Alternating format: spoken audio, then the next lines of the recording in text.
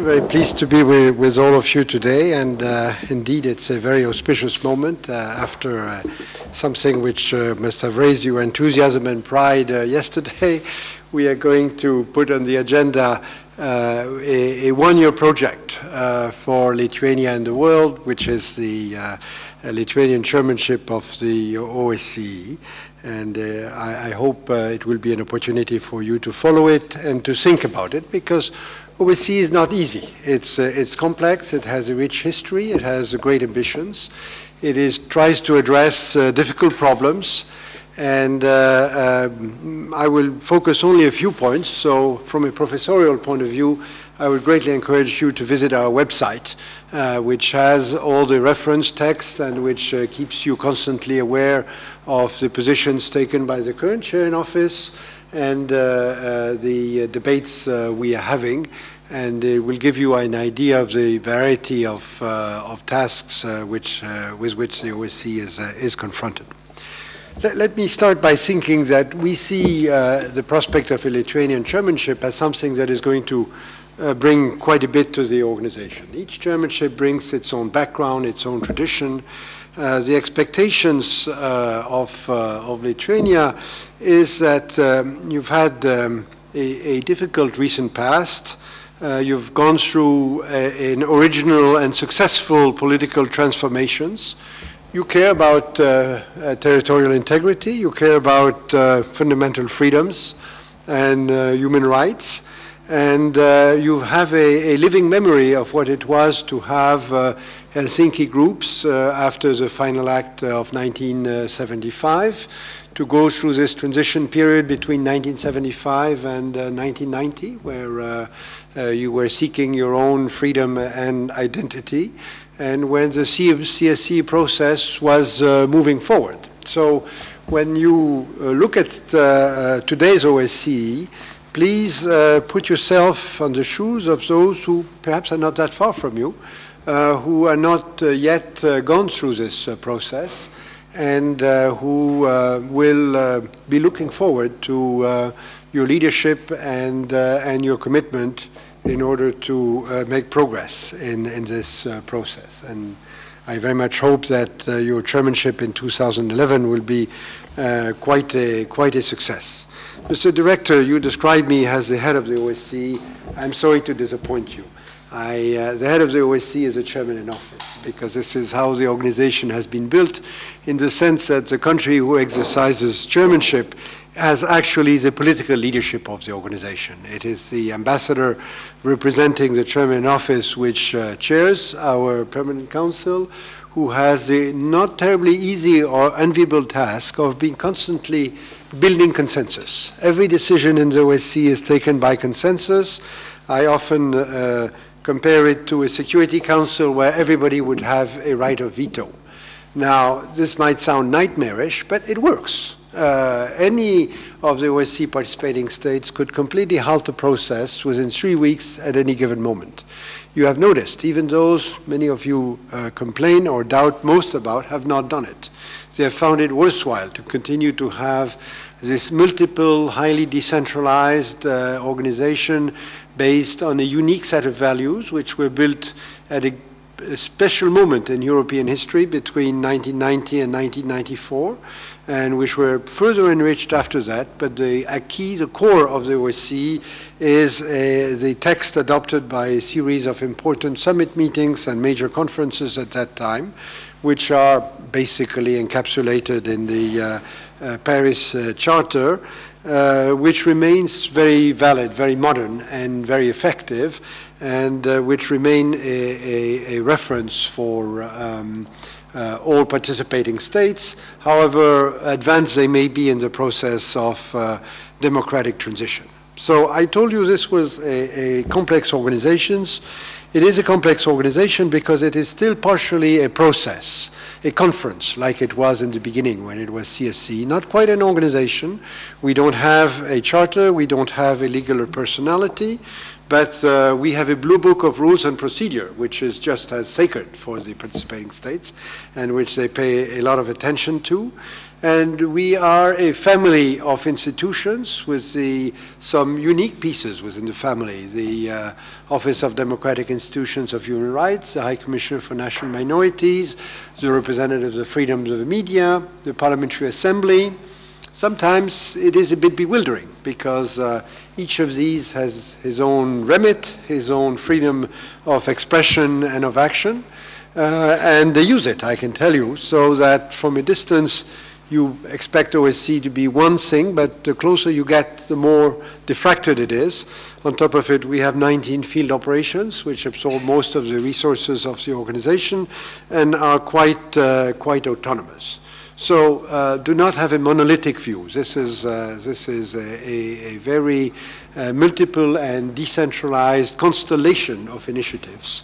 And this is what will make, by the way, the life of the Lithuanian chairmanship complicated, like it makes the life of every chairmanship, is that the chairmanship is perpetually trying to bring all those horses together to avoid them going into a different direction. So you not only have to manage the 56 participating states, but you have to keep everybody in the family more or less singing from the same hymn sheet. And yet, you have to be voluntary to be exercise a chairmanship. It is not a rotation like the EU in any way.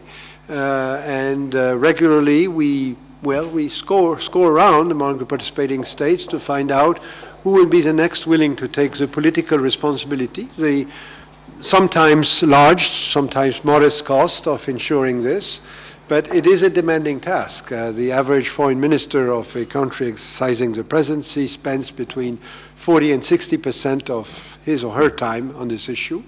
It is a task which requires a team spirit because it brings into many aspects of a society, not only other ministries, but parliamentarians, the press, and other actors within the society. And it is interesting because with each different chairmanship, the OSCE acquires something different. You need leadership to run the ship. You also need very good judgment, and that's where the chairmanship comes in, because it has to come up with a vision. It has to lead from the front. It is an honest broker, but it has to know where it wants to lead the ship. And this requires a continuous judgment. We were discussing today with journalists here in Vilnius, and I was telling them OSCE operates on 3 different timescales. You have a very long time frame, which is the process of democratic transformation, of implementation of the rich body of commitments that have been taken in all 3 dimensions, particularly in the human dimension, which are very demanding. This is a long time frame. We don't know when the democratic transformation of the OSCE family will have moved so far ahead that there would be no more need for the OSCE, where you can use only NATO and the Council of Europe, and of course European Union being another construction. May happen within your lifetimes or within the lifetime of your children. This is a matter of generations, clearly. I will not go into specifics about which countries might be the most difficult to move along, but I leave it to your perusal. And there is a brief time scale. Whenever you have a crisis, you have to react very quickly. You have to find the proper attitude, the proper answer, the proper reactions within a few hours. And this is a chair that is in charge. Everybody is looking at them. They have to coordinate with other international organizations. And then in between, there are all sorts of medium-term issues where you can seek to change the world and to improve the situation among participating states in a few years. Today we are having a conference here on energy security, well attended.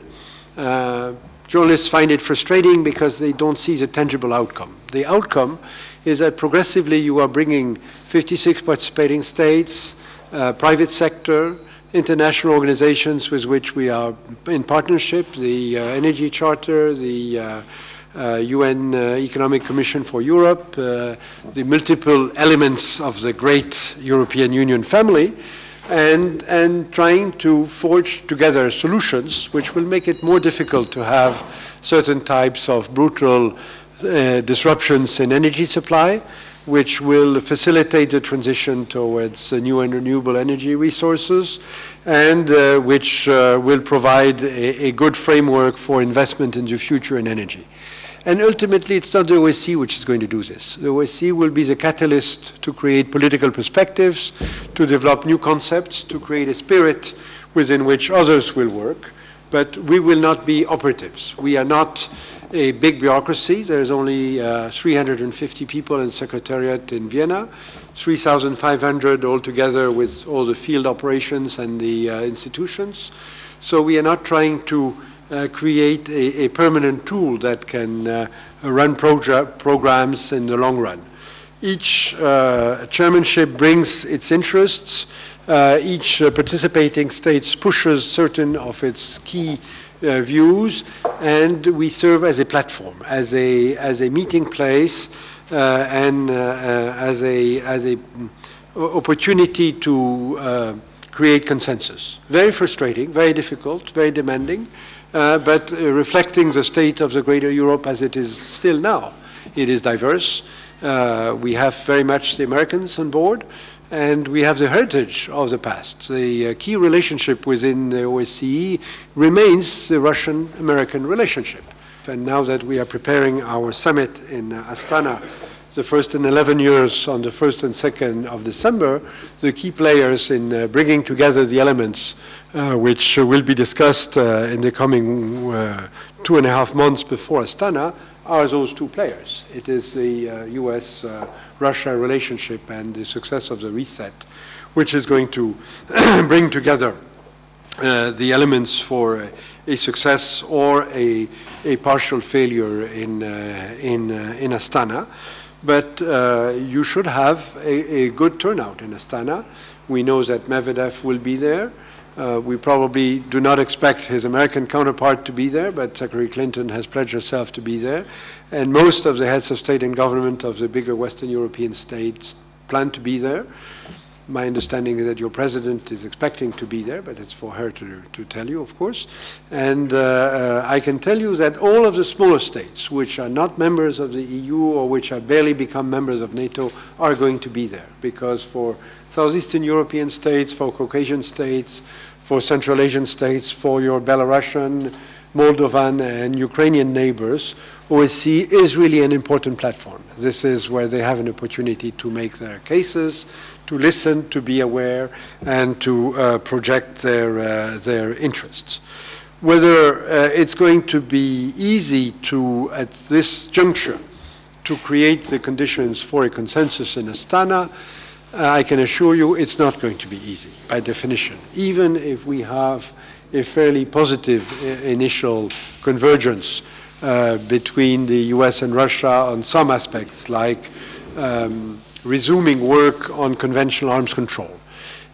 Even if we have increasing meeting of minds on issues like Afghanistan, of the importance of intensifying the fight against new threats, trafficking in human beings, trafficking in drugs, fighting in terrorism, building up the capacities of police forces.